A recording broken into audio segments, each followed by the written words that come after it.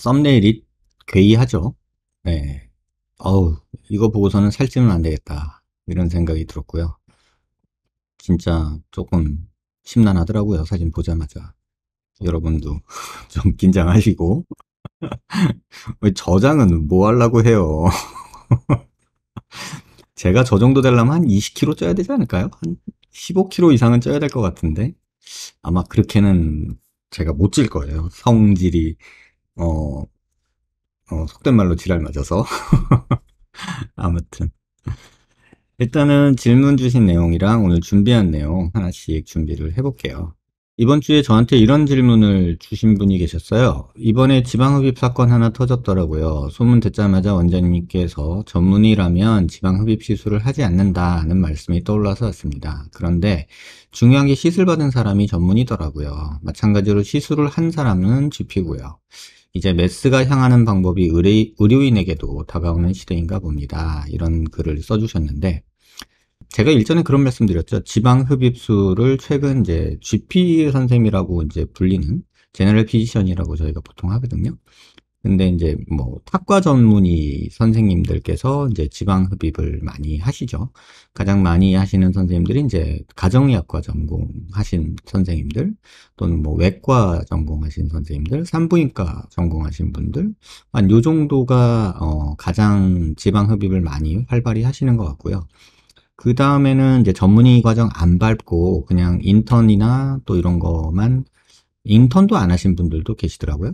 그런 분들이 이제 개업과 나와서 이렇게 배워서 하시는 분들도 있죠. 근데 이게 왜 그러냐? 한번 그 역사 또는 뭐 제가 그 변화되는 시점에 저희가 개업을 하고 있었기 때문에 말씀을 드리면, 지방 흡입이 제가 개업하던 시절 2000년도 초반 그 시절에만 해도요.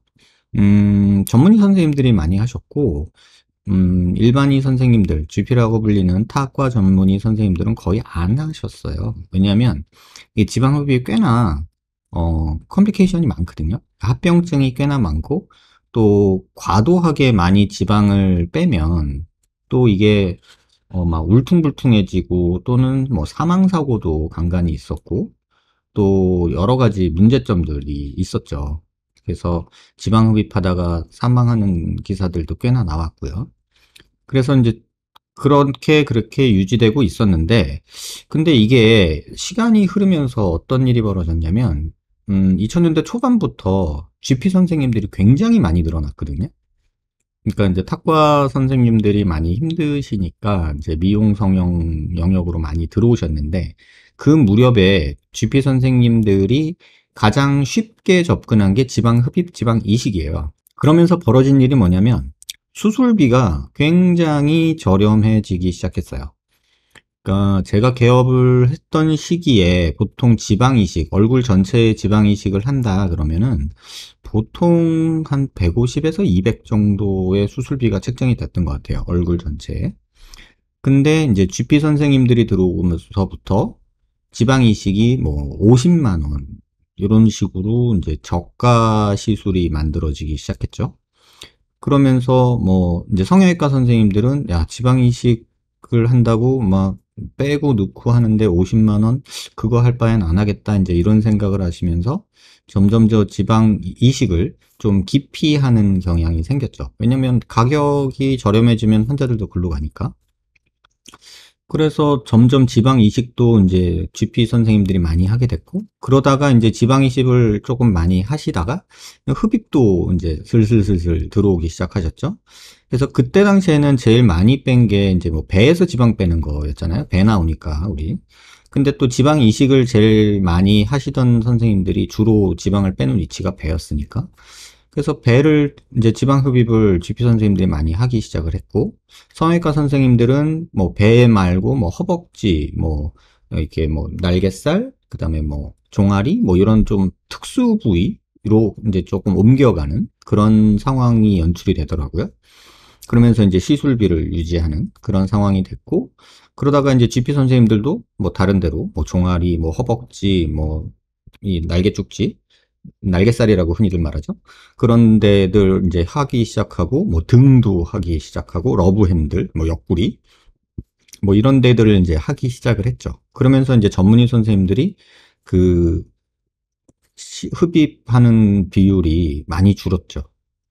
그래서 그런 역사 흐름이 있었어요. 뭐 역사라고 하기까지는 그런데 시대 흐름이 있었어요. 그래서 2000년대 초반부터 지방 이식 흡입을 하는 전문의 선생님들이 많이 줄어들고, 그 다음에 이제 지금 남아있는 전문의 선생님들이 지방 흡입을 하시는 분들은 이제 특화된 것들을 하세요. 예를 들면은 배에서 지방을 빼가지고 복근 있는 것처럼 보여주게 만들어준다거나, 또는 뭐 지방을 빼서 뭐 이렇게 가슴에 넣어준다던가, 뭐 이런 식의 이제 그 약간 특화된 영역으로 이제 옮겨가던 시절이 있었던 것 같아요. 그런데 이번에 있었던 일은 이제 뭐 전문의 선생님이 시술을 받으셨다고 그래요. 이게 YTN 기사였던 것 같아요.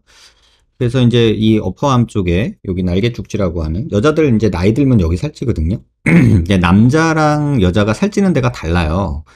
그러니까 여자들이 나이 들어서 살이 찌면 이 날개죽지가 생기고요. 날개살이 생기죠. 이렇게 날개살이 생기고, 그 다음에 허벅지랑 옆구리가 쪄요. 근데 남자들 같은 경우는 배가 찌고 뭐 이런 느낌이 다르죠. 약간 부위가 달라요. 근데 이제 젊은 활동하는 여성분들이 가장 스트레스 받는 거는 이 날개죽지예요. 왜냐면 여름에 반팔 입으면 이게 퍼드덕 퍼드덕 거리거든요. 푸드덕 푸드덕 거리는 느낌? 그래서 여기를 지방 흡입을 많이 하는데, 이게 지방 흡입을 하고 나서 생기는 이 가장 흔한 그 뭐랄까 부작용이죠. 울퉁불퉁하고 유착돼서 이렇게 들러붙는 현상. 이게 뭐냐면 많이 빼면 그래요. 그래서 오늘은 요게 왜 생겼냐, 그럼 이걸 막을 방법은 없냐, 뭐 이런 거에 대해서 이제 얘기를 좀 해드리려고 하는데, 이게 이제 시술 받으신 선생님께서 전문의 선생님이라고 했는데, 무슨 전문의인지는 안 말씀해 주셔서, 뭐, 어디 전문인지는 모르겠어요. 근데 어쨌든 시술 받은 병원은 이제 GP병원이었던 것 같고요. 그래서 기사 내용은 이래요. 뭐, 수도권에서 뭐 강남의 한 병원에서 지방흡입 수술을 받았고 섬유화 진행돼서 팔을 못 든다. 근데 팔을 못 든다 하셨는데 사진에서는 팔을 들고 계세요. 그러니까 이런 기사들도 사실은 조금, 어깨 위로는 팔을 들지 못하는 상태가 됐다. 피부 처지고 체형은 비틀어졌다. 진료나 마취 중 미세 작업을 해야 하는 순간들에 통증이 갑자기 심해지는 순간들이 있다. 저도 모르게 움찔하게 생각해서 엄마 아찔하다.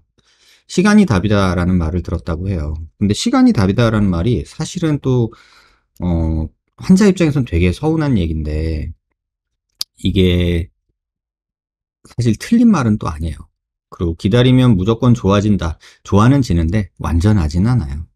시간이 지나면 섬유화가 풀리고 모른다고 한다. 시간이 지나면 섬유화가 풀리는 건 리모델링이라고 해서 풀리는 건 풀려요. 근데 이제 우리가 기대하는 것처럼 매끈한 거는 아니고 지금보다는 무조건 좋아져요. 하지만 그게 이제 내 만족할 정도냐, 그건 또 다른 문제고요. 그래서 결국 그 전문의 선생님은 수천만 원대에 달하는 기계로, 이게 무슨 기계인지는 모르겠지만 이제 엔도몰로지 기계겠죠. 이런 이제 지방 흡입을 하고 나서는 이렇게 엔도몰로지라고 해서 이렇게 여기를 뭐 석션으로 빨아대면서 롤러 같이 굴려주면서 마사지 해주는 게 있거든요. 그게 수천만 원은 아닌데, 아무튼 그거를 이제 자가로 하시면서 돌아오길 기다리고 있다. 뭐 이런 기사가 나왔어요. 자, 근데 여러분 요런 걸 한번 보시죠. 제가 조금, 요건 기사 내용이고요. 그래서 지금 환자분 이 기사에 나왔던 상태는 지방 흡입을 피하 지방까지 너무 많이 빼서 이렇게 섬유화, 유착이 생긴 것도 맞고 울퉁불퉁하게 된 것도 맞아요. 그래서 요런 경우가 생길 수 있다. 그거를 참고하시면 될 것 같고, 요 사진 한번 보시죠. 이게 외국에서 어떤 환자분인가 봐요. 이제 살을 엄청나게 뺐대요. 뭐 한 100kg 넘으셨던 분이라고 제가 기사를 봤는데, 살을 엄청 빼고 나니까, 갑자기 살을 빼니까 살이 사방팔방 다 늘어지는 거죠. 지금 가장 특징적으로 늘어지는 데가 이제 이런 날개죽지살, 이런 데 늘어나고, 그 다음에 가슴 밑에 여기 윗배살이 늘어나고, 여기 이제 가슴 늑골이 있는데 밑이죠. 그 다음에 여기 이제 윗배, 그 다음에 아랫배, 이렇게 이제 막 늘어지고, 허벅지 안쪽도 이렇게 늘어나고, 이제 이거를 이제 이렇게 용어도 있어요. 이거를 앞치마라고 해요. 지금 여기 보시면 이렇게 잡아 올리면 이렇게 되죠. 앞치마. 그래가지고 이걸 에이프런 벨리라고 해요. 앞치마 뱃살. 그래서 뭐 이걸로 부채질 한다는 말도 있고. 그래서 이거를 이런 식으로 갑자기 살을 빼면 이렇게 늘어져요. 그래서 이런 부분들이 이제 이분은 이렇게 자기 사진을 올리고서 뭐 이제 펀딩을 해서 나 좀 도와달라 뭐 이런 분이셨던 거예요. 근데 이게 갑자기 살을 빼면 살이 늘어난단 말이에요. 이게 지방 흡입이 됐든 아니면은 과도하게 짧은 시간에 갑자기 살을 뺐든. 그래서 이렇게 운동이 아닌 뭐 식이나 그 지방 흡입 또는 뭐 위절제술 이런 걸로 급속하게 살이 빠지신 분들은 전부 다 이걸 겪어요. 제가 아는 그 미국에 살던 동생이 있는데 그 미국 살던 동생이 한 120kg 정도 나갔어요. 근데 갑자기 이제 이렇게 살면 안 되겠다 싶어가지고 운동을 엄청 해가지고 살을 한 3달 만에 그러니까 우리나라 기준으로 한 4, 50kg를 뺀 거예요. 그래서 한 70kg가 돼서 왔어요. 근데 한국에 들어와가지고 저를 봤는데 뭐 기골장대하고 뭐 근육도 있고 괜찮아요. 딱 보니까 떡대도 딱 있고 그래서 너 왜 왔냐 그랬더니 그 친구가 우통을 딱 벗는데 딱 배가 이렇게 돼 있는 거예요. 이 에이프런 벨리라고. 그래서 아니 살을 너 어떻게 뺐길래 이래 그랬더니 그냥 죽기 살기로 뺐대요. 그래가지고 40kg 한 2, 3개월 만에 40kg 뺐대요. 그러고 나니까는 이제 살이 축 늘어져서 이렇게 되는 거죠. 어떻게 하면 되냐고 물어보더라고요. 그러니까 잘라주는 방법밖에 없다. 그래가지고 잘라줬던 기억이 있어요. 이제 벨트 라이펙톰이라고 하고 터미턱이라는 뭐 영어 용어도 쓰기도 하고 그래요. 그래서 아셔야 될 거는 우리 피부가 풍선처럼 늘어난다. 옛날에 제가 풍선 이론이라는 걸 설명드린 적이 있죠. 안에서 지방이 축적되든 뭐가 볼륨, 필러가 잔뜩 들어가든 지방 이식이 잔뜩 되든 이런 피부는 쭉 늘어나요. 풍선처럼. 근데 탄성 한계라는 게 있어요. 탄성 한계 같은 게 있어서 그 한계치를 넘어가면은 저런 식으로 늘어져 버려요. 그래서 그 탄성 한계를 넘지 않는 선에서 뭔가를 넣더라도 넣어야 되는데 우리 욕심이 그러나요? 뭐 넣다 보면 끝도 없죠. 살찌는 거 뭐 먹다 보면 끝도 없이 먹죠. 이러다 보니까는 그 탄성 한계를 넘어버린단 말이에요. 그러면 갑자기 또 안에 있는 볼륨이 줄어들어서 풍선에 바람이 빠지면 풍선이 흐물흐물해진단 말이에요. 그게 지금 우리 피부 전체, 얼굴 포함, 몸 전체에서 일어나는 일이에요. 자, 그러면 이제 요번에 문제가 됐던 요런 경우가 왜 생겼느냐, 그거를 보면은 우리가 이제 브라키오플라스티라는 영어를 써요. 그래서 이제 이런 날갯살, 여자들이 살이 찌면 이렇게 날갯살이 생기거든요. 그래서 이렇게 날갯살이 생기면 다들 이거 막 지방이 덜렁거려요. 뭐 이렇게 흔들면은 여기가 덜렁덜렁거려요. 막 이런 생각이 든단 말이에요. 그러면 이런 경우에 대부분 다 지방 흡입을 생각한단 말이에요. 근데 이게 지방 흡입을 하면 안 되는 경우가 있어요. 아주 쉽게 얘기하면요. 이렇게 팔 들고요. 이렇게 흔들어 보세요. 그래서 얘가 덜렁덜렁덜렁덜렁 거리면은요. 그건 지방 흡입하면 안 돼요. 그러니까 이렇게 해서 저는 환자 오면은 이렇게 해요. 이렇게 해놓고서 여기를 이렇게 툭 치고서 툭 떨궈요. 이렇게 여러분 해보세요. 지금 방송 보시는 분들은 한번 해보세요. 이렇게 해놓고서요. 여기를 이렇게 앞으로 당겨요. 그 다음에 이렇게 툭 놔요. 그랬을 때 이게 덜렁덜렁덜렁 흔들리잖아요. 그럼 하면 안 돼요. 그거는 살이 무조건 늘어져요. 그래서 아마도 모르겠지만 이 선생님도 그런 좀 덜렁덜렁덜렁 거리는 살이 있지 않았을까라는 일단 첫 번째 추측. 그 다음에 그런 덜렁덜렁 거리는 상태에서 지방 흡입을 그걸 없애겠다고 과하게 한 경험이 조금 부족한 선생님이 만들어낸 결과예요. 그러면 이렇게 덜렁덜렁 거리는 사람들은 어떻게 해야 되냐? 그러면 이렇게 잘라내는 작업을 해요. 이걸 브라키오플라스티라고 해요. 그래서 이거 지방흡입한다고 이런 거를 지방흡입한다고 생각하면 안 된다고요. 이걸 다 이렇게 쭉 잘라가지고 잘라내야 돼요. 윤홍님이 이거 지금 덜렁거리는 거 이해를 못 하셨는데 제 걸로 보여드릴게요. 자, 이렇게 하고요. 이렇게 당겨요. 그 다음에 놓으세요. 이렇게 당기고 놓으세요. 그러면 덜렁 이렇게 하잖아요. 저도 지금 살짝 있죠? 근데 이게 덜렁덜렁 이렇게 흔들려요. 그러면은 그런 사람들은 지방흡입하면 안 된다는 거예요. 생각해 보세요. 이런 사람들이 있는데 지금 제가 말한 거를 한번 했다고 생각해 보세요. 그러면 출렁출렁출렁출렁출렁 이렇게 매달린 채로 덜렁덜렁덜렁거리겠죠? 닭벼슬 마냥 칠면조 이렇게 목처럼 덜렁덜렁거리겠죠? 이런 상태에서는 지방흡입을 하면 안 돼요. 물론 이건 굉장히 과한 경우지만. 그래서 그거를 만약에 이런 경우라면 이렇게 잘라내는 수술을 해야 돼요. 그럼 이 수술이 그러면 동양인한테 적합하냐? 이건 서양인이잖아요. 딱 봐도 이렇게 죽은 게 팔에 자글자글자글 있는 게 서양 사람이잖아요. 그러면 요 정도 흉터가 남아요. 이렇게 백인 같은 경우에는 이렇게 흉터가 뻘그레하게 남고 시간 지나면 이게 허옇게 또 바뀌어요. 근데 괜찮잖아요. 그죠? 그런데 이게 흉터가 다 괜찮냐? 그런 게 아니라 이런 식으로 아주 배기 싫게 남을 수도 있어요. 이런 식으로. 그런데 우리가 왜 수술을 하죠? 한번 생각해 보자고요. 이 팔이 만약에 저렇게 덜렁거린다. 이런 식으로 덜렁거린다. 그런데 이 수술을 하고 싶다. 이유는 두 가지 정도로 아마 정리가 될 것 같아요. 하나는 반팔 입고 싶어서.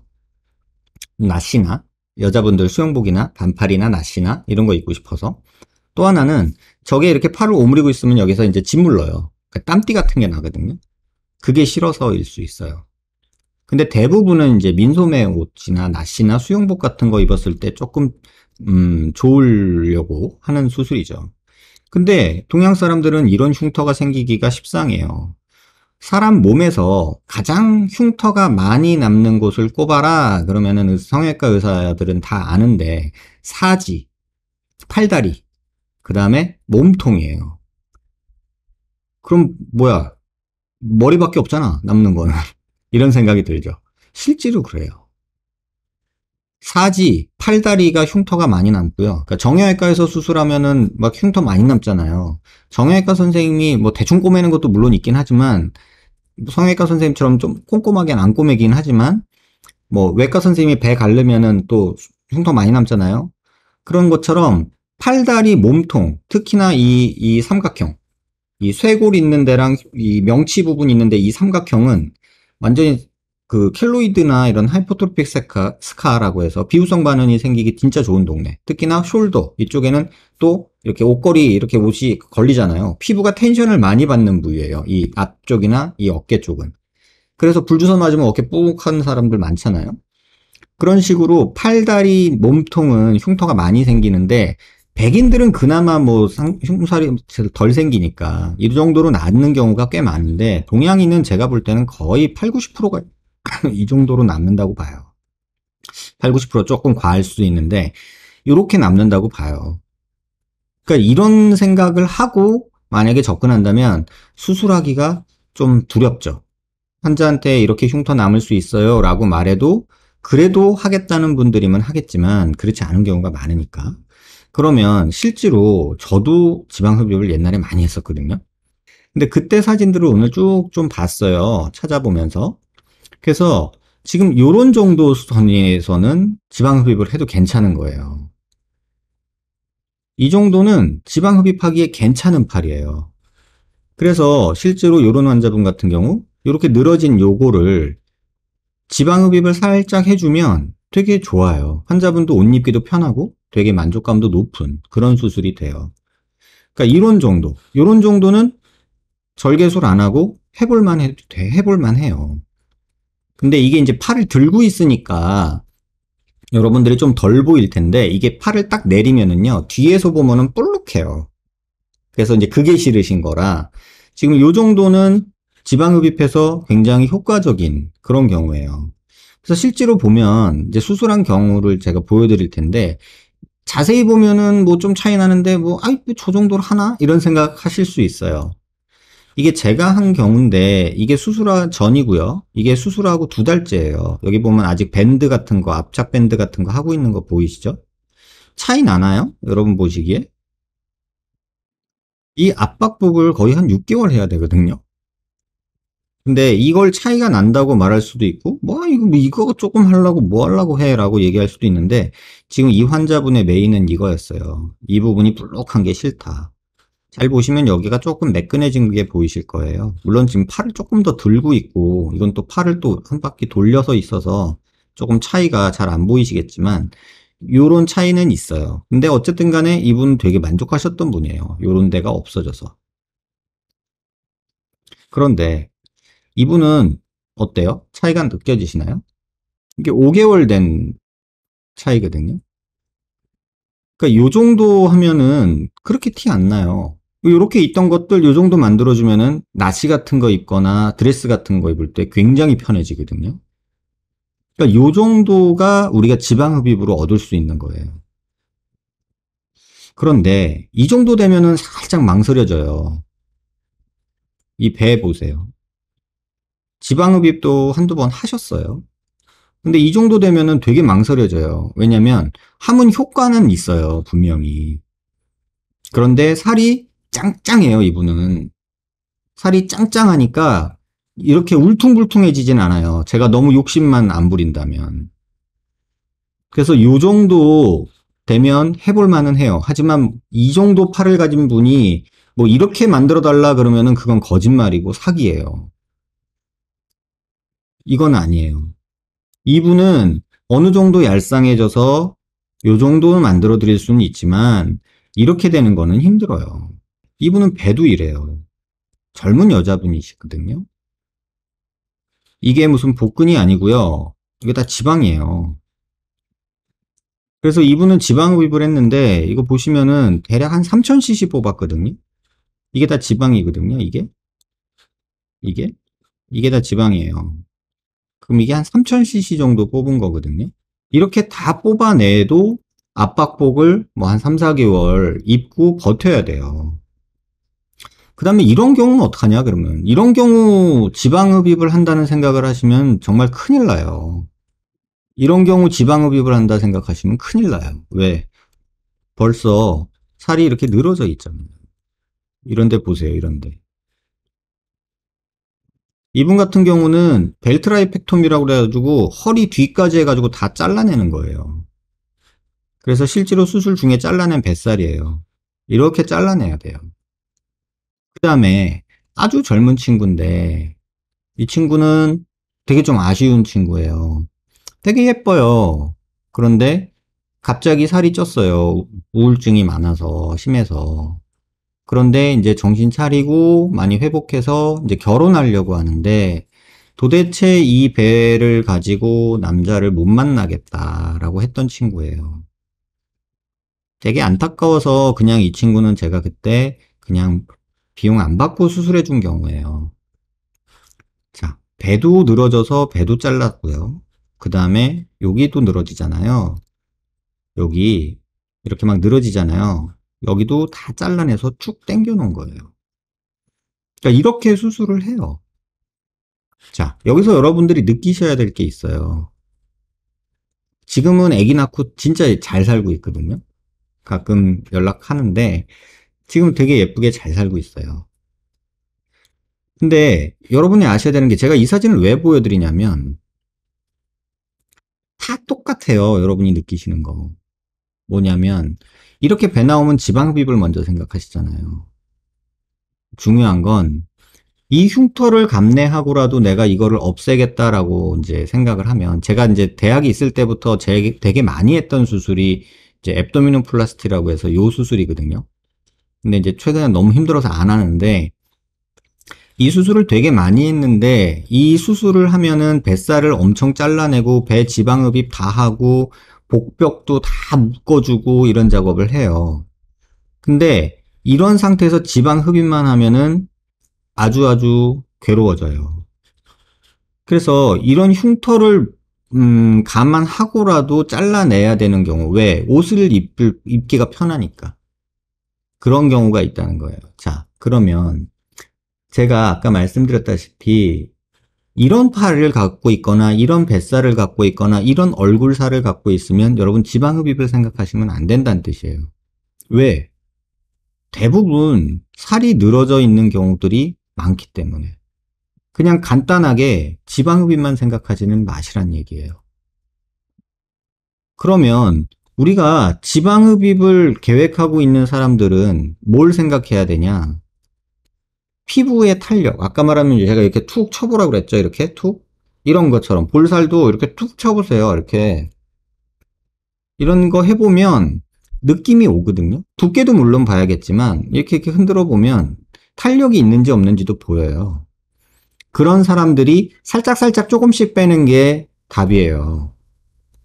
그래서 저는 지방 흡입에 대해서 여러분한테 어떻게 말을 하냐면, 어떤 환자분이 오시면 지방 흡입은 본인이 체중 감량을 하고 운동을 해서 뺀 다음에 그 다음에 남아있는 꼴배기 싫은 애들을 제거 수술적인 도움으로 지방 흡입을 해서 하는 거는 찬성이고 필요해요.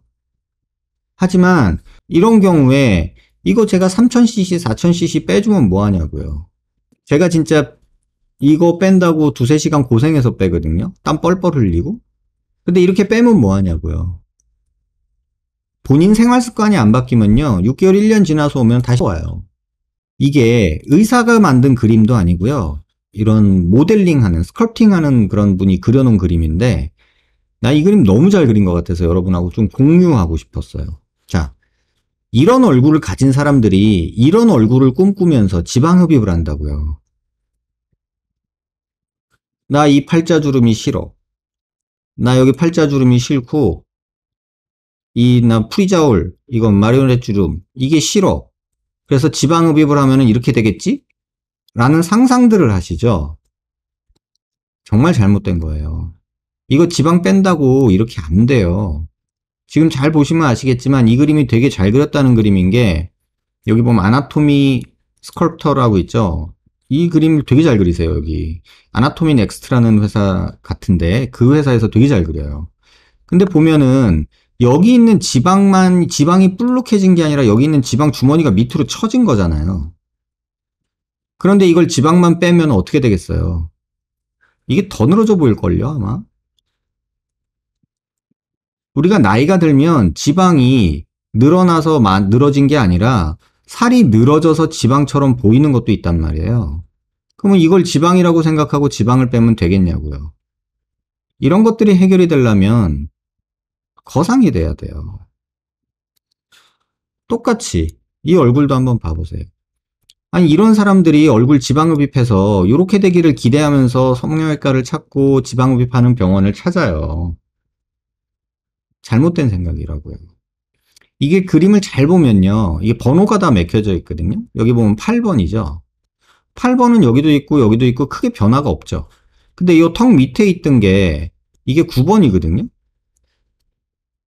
인피리어 멘탈이라고 해서 서브멘툼이라고 저는 의학적으로는 표현하는 데인데, 이게 젊었을 때는 밑에 들러붙어 있다가 나이가 들면서 살이 찌면서 9번이 이렇게 보이기 시작해요. 더군다나 여기 11번 여기가 서브멘툼이거든요. 여기가 더 불룩해지죠. 그 다음에 잘 안 보이던 10번, 여기서는요 9번, 10번, 11번이 아예 안 보여요. 이렇게 턱선에 가려서. 근데 살이 찌면 9번, 10번, 11번이 이렇게 보인다고요. 더 찌면 접히기 시작해요, 이제 그때부터는. 근데 이런 얼굴을 가진 사람들이 얼굴 지방흡입을 해서 이렇게 되길 바라는 거예요. 그러면 어떤 일이 생겨요? 이런 일이 생긴다고요. 이건 물론 몸이지만 얼굴에서도 똑같은 일이 벌어져요.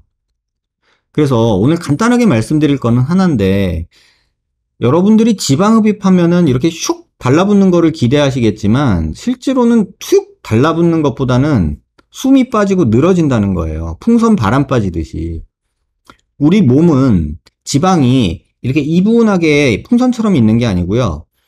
패딩 잠바처럼 있다고 제가 말씀드렸죠. 패딩 잠바처럼 박음질이 돼 있고 중간에 솜이 들어있는 그런 여러 구조들이 겹쳐서 있어요. 근데 살이 찌면 걔네들이 쭉 이렇게 찌니까 그 격자가 박음질해 놓은 패딩 같은 그런 구조가 안 보여요. 울룩불룩한. 근데 거기서 지방을 빼는 순간 그게 마치 박음질해 놓고서 우리 루만 쉐이드라고 하는 그 커튼 있죠. 그거 늘어지듯이 살이 쭉쭉 늘어진다고요. 이분 같은 경우도 살이 있을 때는 통통했을 거예요. 이게 여기 늘어지는데 보이시죠?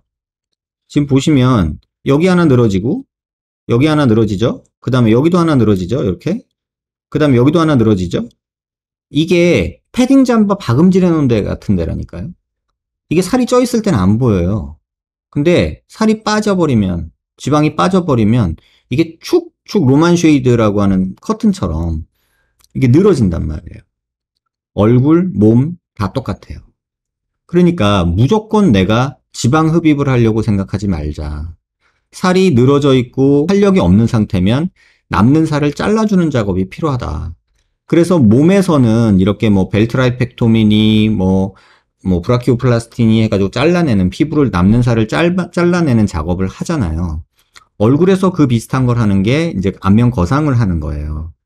근데 거상만 한다고 해서 그러면은 옛날처럼 똑같이 그렇게 되느냐? 그게 아니에요. 또 넣어줘야 될 땐 넣어줘야 돼요. 이게 트렌드가 바뀐 게 2010년도에 그 안면 거상은요, 무조건 땡기자주의였어요.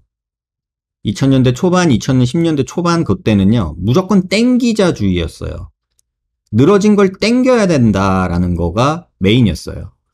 근데 이게 2010년 언저리부터 지금까지 트렌드가 어떻게 바뀌었냐면, 땡기되 지방이 늘어진 거를 다시 리포지셔닝 시키고 부족한 지방을 채우자로 바뀌었어요.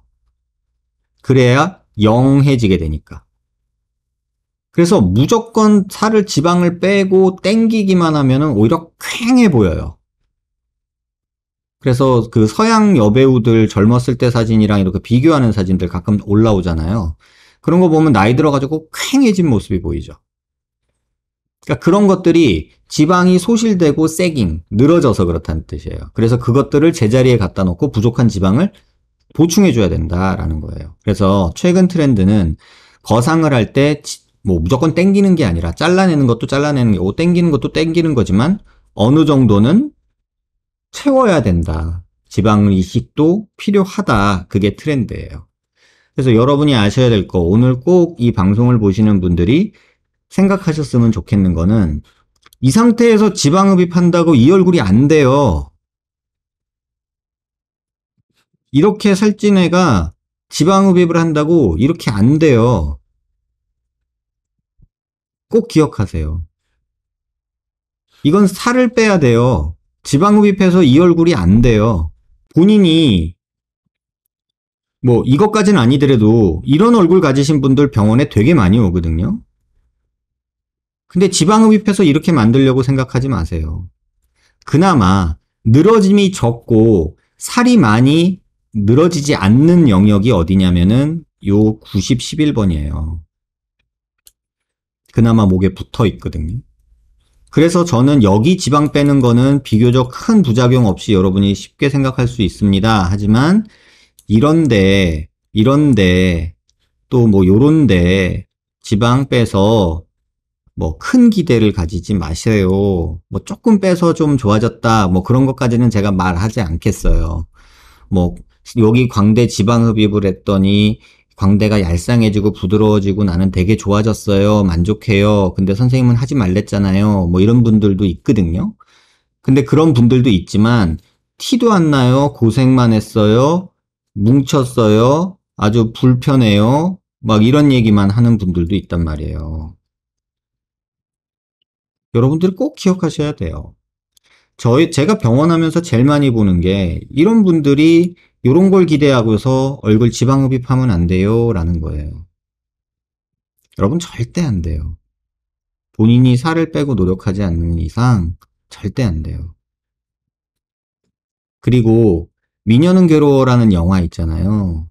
그거도 보면은 요런 친구가 수술하고 나서 요렇게 됐다라고 여러분들 생각하고 영화에서도 살짝 그렇게 그려지지만 실제 그 영화를 잘 보시면요. 이랬던 그 권하중 씨 역할 했던 분이요. 김하중 씨 했던 분이 이 상황에서 수술하고서 런닝머신에서 겁내 뛰는 거 나올 거예요. 런닝머신에서 뛴 게 메인이고요.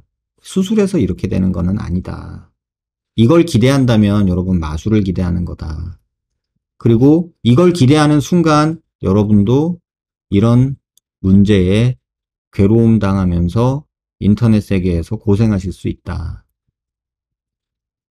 단순히 살만 뺀다고 되는 게 아니라 우리는 피부가 늘어나기 때문에 이런 세깅이 제일 무섭고, 이 세깅이 생겨버리면 잘라낼 수밖에 없다. 그리고 이렇게 늘어지는데 막 이렇게 하나로 늘어지는 것도 아니고 이런 식으로 늘어져요. 그 이유는 지방은 한 덩어리에 있는 게 아니라 이렇게 주머니처럼, 패딩 잠바처럼 이렇게 주머니가 박음질되어 있는 septum이라는 공간이 있기 때문에 지방을 빼면 그 바람이 빠진 풍선처럼 늘어진다.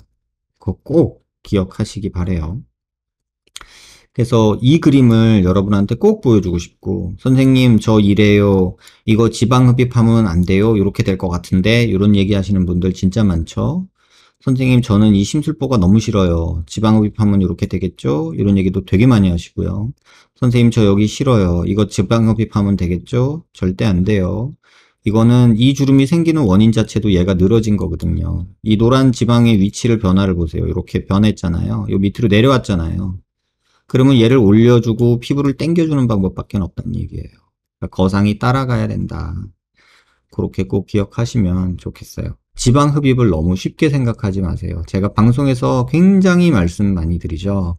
지방 흡입 얼굴에 웬만하면 하지 마세요. 이런 말씀 많이 드리죠. 그 이유는 물론 인터넷에 보시면 나 지방 흡입하고 효과 봤다, 좋아졌다 이렇게 말씀하시는 분들도 있어요. 근데 그런 경우는 이런 늘어짐이 아니라 볼록한 지방이에요. 그러니까 우리가 사탕 문 것처럼 이렇게 돼 있는 지방은 빼면 좋아지지만, 이렇게 늘어짐과 동반된 지방은 흡입해서 해결되는 건 아니다. 꼭 기억하시기 바래요.